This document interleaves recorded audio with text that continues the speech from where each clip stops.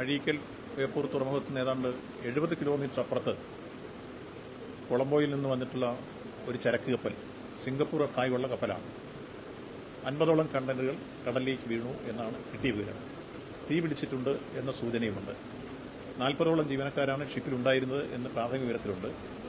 ഈ വിവരം കിട്ടിയ ഉടൻ തന്നെ ഏതായിരുന്നാലും കേന്ദ്ര ഷിപ്പിംഗ് മന്ത്രാലയത്തിൻ്റെ കീഴിലുള്ള കോസ്റ്റ് ഗാർഡും അതോടൊപ്പം തന്നെ നേവിയും രക്ഷാദൗത്യത്തിനായി അങ്ങോട്ട് പോയിട്ടുണ്ട്.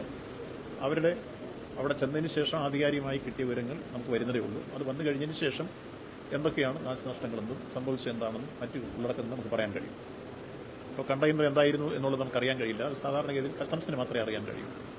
ഇത് നമ്മുടെ കപ്പൽ ചാനൽ വെച്ച് സംഭവിച്ചിട്ടുള്ള കാര്യങ്ങളാണ്. അതുകൊണ്ട് കേന്ദ്ര ഷിപ്പിംഗ് മന്ത്രാലയത്തിൻ്റെ കീഴിലാണ് ഇതിൻ്റെ മറ്റ് കാര്യങ്ങളെല്ലാം പ്രധാനമായി ശ്രദ്ധിക്കുകയും നടപടിക്രമങ്ങൾ പാലിക്കുകയും ചെയ്യാം. നമുക്ക് അതിന് ആഹാരം ഏതെങ്കിലും രൂപത്തിലുണ്ടാകുന്നതിന് നമ്മൾ പ്രതിരോധം തീർക്കാനും ജാഗ്രത പാലിക്കാനുള്ള നിർദ്ദേശം നമ്മൾ കൊടുത്തു കഴിഞ്ഞിട്ടുണ്ട്.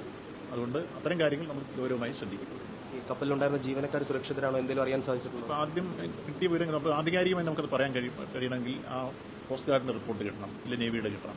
അത് അല്ലാതെ ഇത്ര രക്ഷപ്പെടുത്തി അല്ലെ ഇത്ര കുഴപ്പമുണ്ടായി ഞാൻ കയറി പറയുന്നത് ശരിയല്ല. അതുകൊണ്ട് ആധികാരികമായ ആ കണക്ക് അവർ തന്നതിന് ശേഷം പറയാം. 40ഓളം ജീവനക്കാരുണ്ടായിരുന്നു എന്ന് മാത്രമാണ് ആദ്യം കിട്ടിയ മെസ്സേജ്. അതിൽ മറ്റവർക്ക് എന്ത് സംഭവിച്ചു അല്ലെ എത്ര പേർ രക്ഷപ്പെടുത്തി എന്നുള്ള കാര്യങ്ങളെല്ലാം പോയിരിക്കുന്ന രക്ഷാദൗത്യത്തിൽ ഏർപ്പെട്ടിരിക്കുന്ന ആളുകളുടെ മറുപടി കിട്ടിയതിന് ശേഷം പറയും.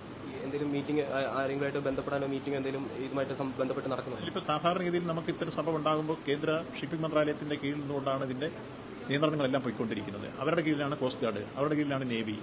അപ്പോൾ അവർ നമുക്ക് തരുന്ന മെസ്സേജ് ഇങ്ങോട്ട് കിട്ടിയെങ്കിൽ മാത്രമേ നമുക്ക് ഇപ്പുറത്ത് കോസ്റ്റൽ പോലീസിനും എൻവയോൺമെൻറ്റിനും ഒക്കെ ആ വിഷയവുമായി ബന്ധപ്പെട്ട് ഇടപെട്ട് എന്തൊക്കെ ചെയ്യണമെന്നുള്ള കാര്യങ്ങൾ പറയാൻ കഴിയൂ. അതുകൊണ്ട് അവരുടെ മെസ്സേജ് വരുന്നുണ്ട്, വന്നു കഴിഞ്ഞിട്ട് നോക്കാം.